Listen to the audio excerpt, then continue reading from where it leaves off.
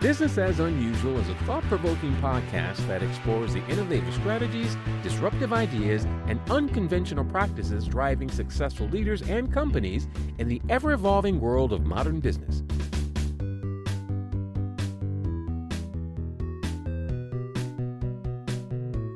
Subscribe, comment, and share for weekly inspiration with our host, Aicila. In this episode of Business as Unusual, I dive into the critical issue of colorism with Dr. Karen Moore of I Am the Color of Beautiful Global. Discover how colorism impacts dark-skinned Black women and women of color, and the unique ways Karen's organization is addressing these challenges through media and virtual spaces. Listeners will gain insights into the origins of colorism, the trauma it causes, and the importance of representation and storytelling in healing and empowering individuals. Don't miss this chance to hear about actionable strategies for self-affirmation and personal growth that drive women to thrive in a world that often underestimates their beauty and potential.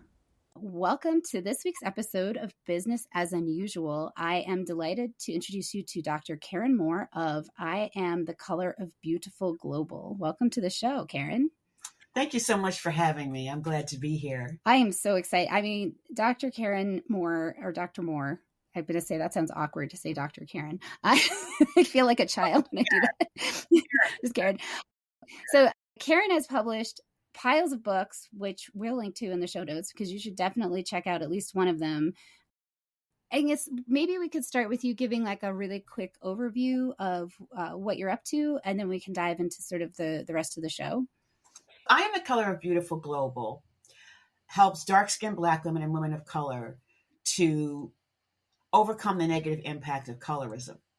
And we do that through film, we do it through theater, we do it through videos and through different spoken word and digital products.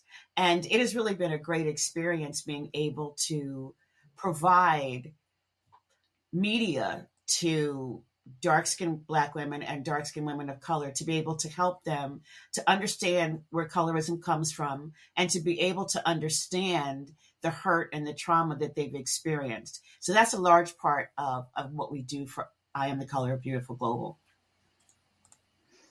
Well, and thank you. One of the things that you talked about in our pre-show exchange, that something that you wish more people knew, is the impact of colorism. Are you willing to talk a little bit about the impact of colorism? Just give people a little more understanding of that? Yes. Well, I'll just say briefly that colorism actually stems from slavery. And it was the idea that lighter skin, many times you'll hear people say that lighter skinned slaves were in the house, the darker skinned slaves were in the field.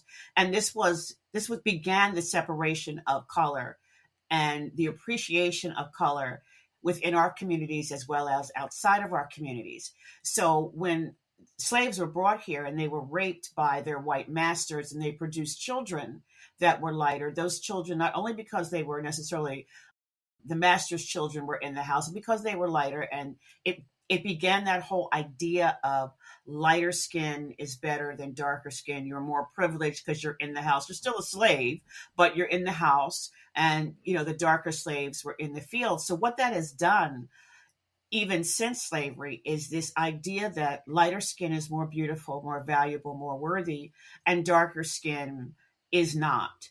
And so this has carried on since slavery. And what it has done for darker skinned Black women and darker skinned women of color is kind of given us this idea that we're not beautiful and that we have to navigate spaces so differently because people are looking at the color of our skin, not only from a racism standpoint, but now from a colorism standpoint, even within our own communities, which is a large part of where colorism really shows is in our communities, this idea that, okay, because I'm a light-skinned woman, I'm pretty, I'm automatically pretty, and I'm automatically valuable and worthy. And we see it in media, we see it in not only video media, film media, TV media, but we see it in print media. We see it when we start talking about the beautiful the beautiful girls for the cosmetics. It's gotten better. It's gotten better. We see, I believe, Lupita Nyong'o did CoverGirl, or one of those she did. I can't remember which one it was, but you did begin to see her, and you began to see some other darker skinned actresses and models now being the face of cosmetic companies, but it's not it's not as much as it should be, but it has gotten better.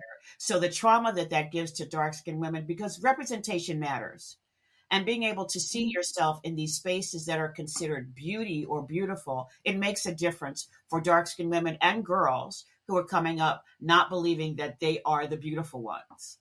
Yeah. No, it does. Representation matters. It really does. I met Dr. Moore through a platform we were both on called Go Brunch. We're in the Global Business Plaza there. And she has created a space. And I don't know if you want to talk about that, but I think based on what you've shared about your process, it might make sense, where women, well, why don't I let you describe it, if that's okay, like what your approach is and how do you have a virtual space? You have a virtual space as well as an in-person space, or is it all virtual? It's all virtual right now. Okay, cool. It's beautiful. I hope people go check it out. I will definitely link to your space in the show notes so people can find you. But maybe you could describe a little bit about your approach and how you're working on this challenge and the traumas. Yes, absolutely. So the Color of Beautiful Studios is our virtual space. And what we've done there is we've created rooms we call it a safe space for dark-skinned Black women, to be able to have these different rooms that they come in and we do different things. I'm a filmmaker, so I did a short film called Who Told You Your Black Is Not Beautiful?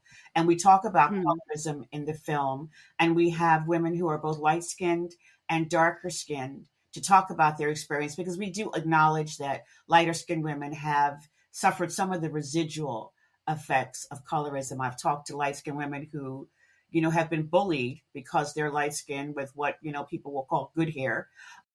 And so they also have experienced the residual effects of colorism. So we have spaces for all women of color, Black women and women of color, to be able to come together and connect and talk. And then we also have a membership specifically for dark-skinned women, the Melanin Poppin' Beauties Power Circle, specifically for dark-skinned women, to be able to come and tell their stories and share and not feel like they have to be attacked or that they have to watch what they say because of the different experiences that they've had. So this is specifically for dark-skinned Black women, the Melanin Poppin' Beauties Power Circle. And so the space kind of gives you a feel for the different things that we have going on with the film, where everybody can come and see the different stories. A few years ago, I was actually talking with a kindergarten teacher who said she had various dolls in her room of all shades. And the little girl that got the last doll that was left was a dark-skinned doll. And she got the doll and she threw it across the room saying that was the ugly doll. This was kindergarten in 2023. Wow. So, our children are even under the coming up believing that dark skin is not beautiful, so they're not beautiful. And we've got to... Yeah. Well, and it's so soaked in it's like pollution, right? Like it's in the air you breathe and you don't know. And the ways that it manifests, it's insidious. So it's something that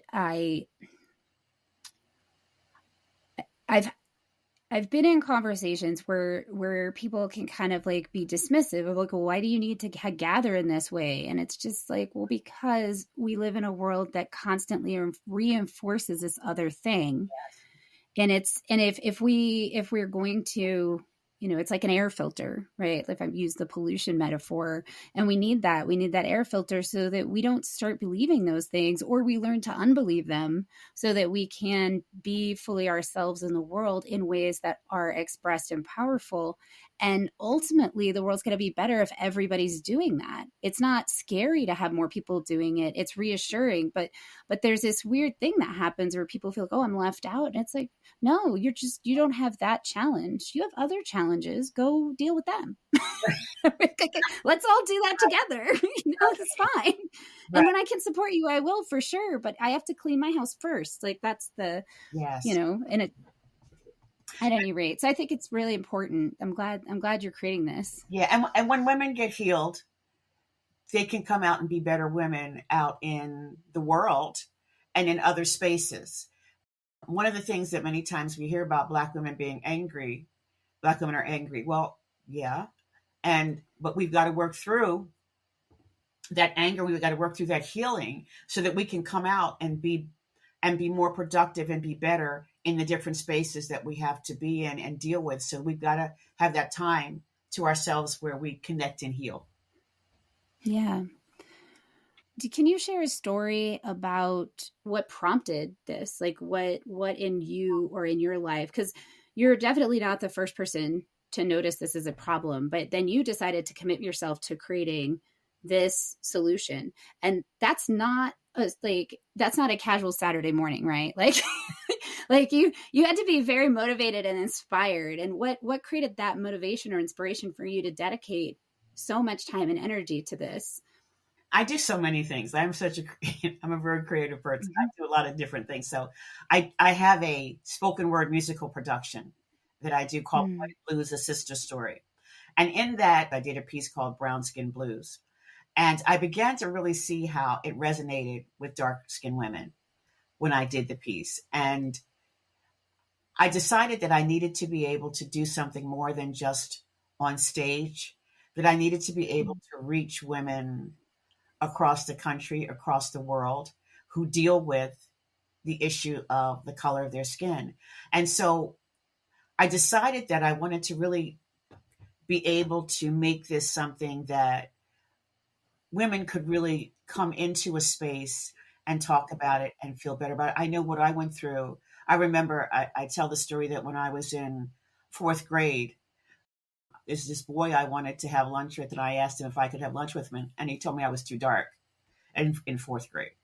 So I remember how that made me feel, and I remember the different things that I've gone through and how it has made me feel in different spaces, and how it is so important that we address it and that we understand it and that we begin to really see how we're going to heal. And that was one of the things that was very important, even with my film. I didn't want it to just be a film where people came and said, okay, yeah, that exists, that happens. Yeah, I've been through that or whatever. But there was space for conversation, because I really believe that's how we're going to heal, is conversation and acknowledging it and being able to listen to one another and understand where we all are and where we've come from and our different experiences. I remember I do a lot of colorism conversations. And so in one of our colorism conversations, one of the light-skinned women said that her grandmother wouldn't let her sleep in the bed with her. She called her a light-skinned heifer. And she treated her really badly because she wasn't darker like the rest of her cousins. And her grandmother was like, she was privileged because she was lighter skinned, and that the other children had to be protected. She didn't have to be protected. So there's so much that's involved in what we experience in our childhood, in our families, in the workplace, in our communities. And so I thought it was very important to be able to have a space where we're going to actually sit down and talk about it. We're not going to just brush it aside and say, yeah, I know that was a problem, or it doesn't exist anymore, or whatever. But we're going to actually acknowledge it, and we're going to talk about it and get past the hurt and the trauma of it so that we can lead the productive, wonderful lives that we've been created to lead. Yeah. That's so powerful. And do you feel like, do you see change? Like, I know that, change requires time and action, and also sometimes awareness inspires change. Do you feel like those conversations, like people leave with some sense of how to engage differently? I do. I really do. I think that, for one thing, people appreciate the opportunity to speak their truth. Yeah. In an environment that is not judgmental, in an environment that is not Real Housewives. You know what I'm saying? Like no drama here. Yeah. We're not creating the drama. In an environment where they can be heard and appreciated, and you're not going to be attacked for what you might say, based on what your experience has been. I share often that I had an experience where there was the beautiful Nicole, and she's very fair. As a matter of fact, she's so fair. She, at one time, she tells the story of how she actually passed for white. That's how fair she is. And I remember I was at an event and she came in and I was like, okay, here we go. Here she comes. You know, that was my guard up against how I've been treated. And she came and she sat down next to me and she's like, I can't even believe I'm here. You won't believe the day I had.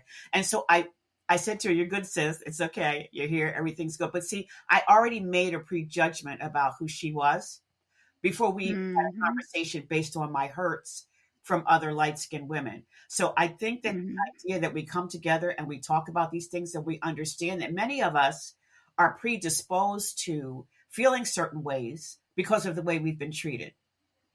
Right. But it's not natural, because kids don't do that. Exactly. You watch kids, they're not, little kids are just so welcoming. They are. They will play and all kinds of things because, you know, racism, colorism, all of the isms are taught. They're taught. Yep. And so when we come together and we talk about these different things, that we can understand and begin to make the change. And one of the things I remember when I did a screening, it was a virtual screening, but one of the women said afterwards, she said, you know, I texted my sister during the screening and told her we've got to stop teasing our light-skinned cousin. So there was a change that happened when she was exposed to the stories and the words that were coming out of women's mouth, that she needed to make a change, even about how she was treating her light-skinned cousin. So I do see that there's a lot of change that has taken place with women and how they've come away feeling like, okay, there's some changes I need to make, even in my attitude towards other women and the way that I engage with other Black women or women of color. There's some changes that I need to make. So I think it's been a really transformative journey for a lot of women. Yeah, I can see that. Do you have any actionable tips or strategies that you could offer? Like, is there, I mean, I think, you know, they could watch your film, of course, or if they're questioning, like, how can I show up better in my family? One of the things I think that's really important is knowing who you are and coming to grips with who you are as a woman, and that you are valuable, that you are worthy. I think that affirmations are very important. Affirming who you are. Find affirmations or write your own affirmations even that you can repeat to yourself during those times when your inner critic wants to tell you you're not good enough, you're not valuable, you're not beautiful. Tell yourself you're beautiful. Start there telling yourself, I am beautiful. Don't wait for someone else to tell you. You can tell yourself. And I think many times we don't realize that we can talk positively to ourselves instead of talking negatively to ourselves. Tell yourself how beautiful you are. Look in the mirror and tell yourself, I am beautiful. I am valuable. I am worthy. I am enough. Continue to repeat that until you actually do believe it. And it starts with really looking inside and deciding who you are. One of the things I tell people is, you know, sometimes you need to just sit down and write down the amazing things that you've done and look at that list and say, wow, I did that. How amazing I am. And there's nothing wrong with that, but value yourself, value your worth, and understand how really complete you really are without anyone else's affirming your beauty. Affirm yourself first. And then when other people affirm you, it's even more wonderful. But make sure that you're doing that for yourself, because we are responsible. We all are really responsible for our own lives and for our own beliefs and for how we show up in the world. So begin to tell yourself all those amazing things that maybe you even tell other people how amazing you are. Start telling yourself how amazing you are. That's great advice. What does success look like for you? Success is really seeing women transformed. Seeing women walk away and say, okay, I know that I'm beautiful. And being able to communicate that to other women, and especially to our children. When our little children can look in the mirror and say, I am beautiful, that means everything. I am the color of beautiful. That means everything. When a child can say, I am the color of beautiful. When even women when they can actually say and believe, I am the color of beautiful, that's success for me. That they come away believing that they are really beautiful. Yeah, that feels like success for sure. What advice would you give your 18-year-old self? Oh my gosh. Oh my This God. has become my new favorite question. I love it. I ask people that question on interviews sometimes too. Oh, nice. Oh my gosh, my 18-year-old self. Oh, that was so long ago. It's so. I mean, maybe I feel you. If you can remember that far back. My 18-year-old self. I would tell my 18-year-old self to believe in yourself and your dreams and really pursue your dreams. Don't feel like whatever it is you want to do is not going to be able to provide for you.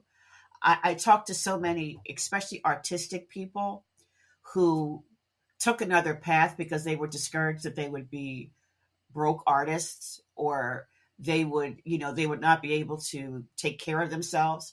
And one of the things I would really say to my 18-year-old self is pursue your dream.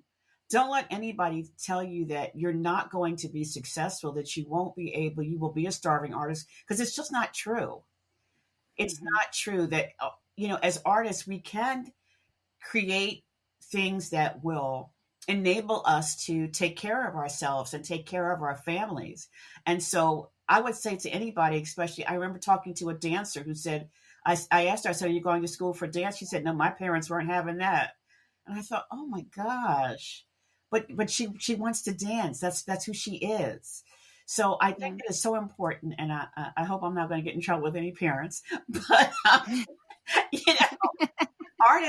artists need to pursue what they love, what is inside of us to create, and you need to make space for your children to do that. Don't discourage them from being actors or actresses or dancers or painters or whatever it is. Encourage people to pursue the artistic part of themselves, because it's who we are. And we can't be anything else but that. Yeah. That's what that's really true. Year-old. Wow. Do you think she would have listened? I don't know if her father would have listened. There's that, right? Like, I don't know what her dad would have said, but yeah. I hope she would have listened. Though she was hard-headed. Oh, that 18-year-old Karen. Oh my gosh.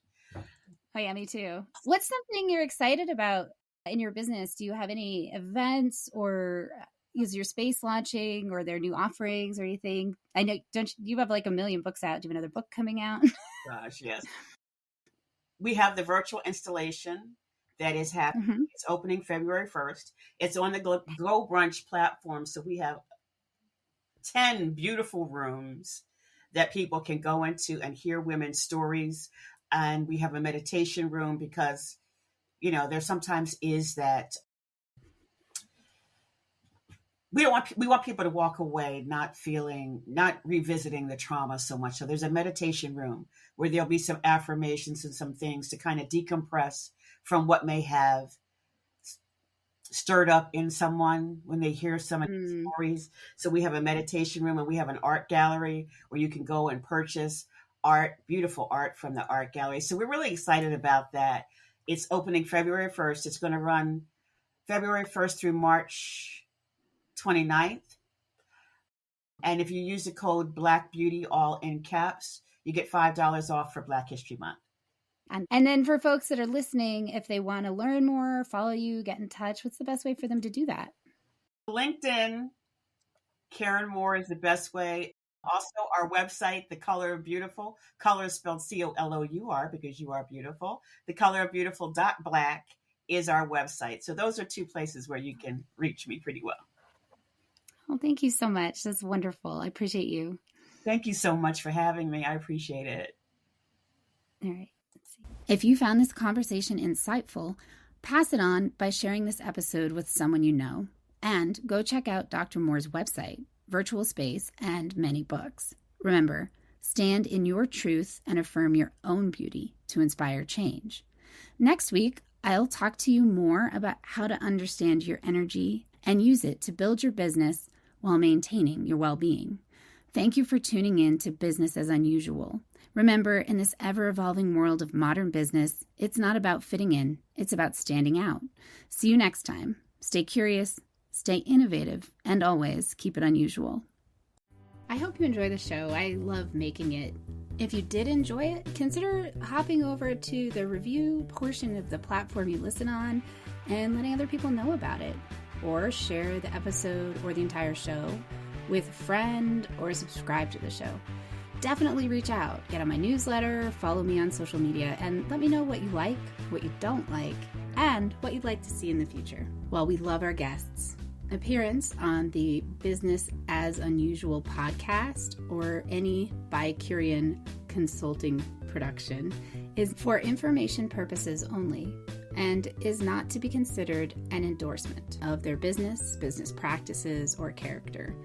Please properly vet anyone you find through this podcast and generally before you do any business with them. Thank you for listening.